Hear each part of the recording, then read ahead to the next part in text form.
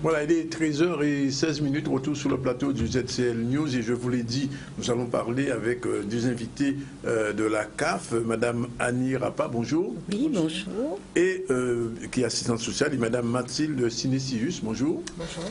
Et donc, je vous laisse, ça c'est en nous, c'est bientôt. Alors, première question, puisque c'est la huitième édition de cette opération, je vous laisse, ça c'est en nous. Donc, quoi s'agit-il exactement pour les gens qui ne savent pas? Oui, donc le Joula Ça c'est en nous, organisé donc le jeudi 22 novembre, sera la 8e édition de notre manifestation qui s'adresse à des familles suivies dans le cadre du service, dans le cadre des Journées internationales des droits de la femme. Alors, qu'est-ce qu'il y a de nouveau cette année? Alors, ce qu'il y a de nouveau, c'est-à-dire que d'habitude, nous organisons cette journée donc de lutte contre les violences faites aux femmes avec des femmes. Oui. Et cette année, nous avons décidé d'organiser cette journée en invitant aussi des pères, des hommes, des pères de famille que nous suivons aussi dans le service. Donc nous aurons avec nous des parents, hommes et femmes. Et à qui s'adresse exactement cette manifestation? Alors, cette manifestation, en fait, elle s'adresse à des allocataires qui sont suivis par le service social, par les travailleurs sociaux de la CAF. Donc, elles viendront de l'ensemble du territoire, puisque nous aurons donc des familles de Marie-Galante, Pointe-à-Pitre, Anse-Bertrand, Basse-Terre, en fait, l'ensemble de la Guadeloupe.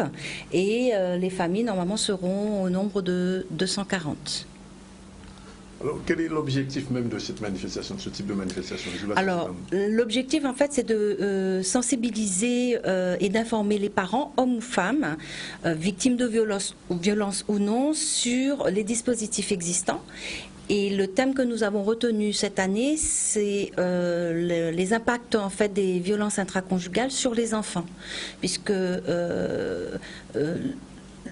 dans la majorité des cas, quand il y a des enfants, ils sont également confrontés à cette violence qui persiste entre leurs parents. Alors nous souhaitons que les participants puissent repartir avec des informations, qu'ils puissent aussi se rendre compte, pas spécialement s'ils sont victimes, mais en quoi revêt la violence au sein des couples, parce on a tendance à parler de la violence physique, mais elle se décline sous plusieurs aspects, donc les violences verbales, les violences psychologiques, et les familles qui seront présentes pourront après aussi servir de relais auprès dans leur entourage, auprès d'amis, s'ils reconnaissent, par rapport aux informations qu'ils ont reçues, des symptômes de personnes qui sont victimes de violences. Et quel sera le contenu de cette manifestation, de cette journée? Alors, la journée se déroulera en deux parties. Donc, la première partie se déroulera sous forme d'échanges et des débats avec des professionnels, dont la gendarmerie nationale, qui recueille les plaintes, un médecin et un psychologue. Ensuite, il y aura également une petite prestation artistique qui sera animée donc, par des allocataires qui sont suivis par les travailleurs sociaux de la CAF. Et la deuxième partie, donc il y aura des carrés infos avec tous les organismes qui œuvrent sur le territoire, et également des activités en fait de revalorisation des personnes, donc esthétique, coiffure, self-control. Voilà, self-control. Enfin, il y aura une plénitude d'ateliers. Bien, mais écoutez, on va rappeler le jour, le lieu et la date de la manifestation. Donc la manifestation, c'est une manifestation qui s'adresse donc à un public invité par les travailleurs sociaux de la CAF.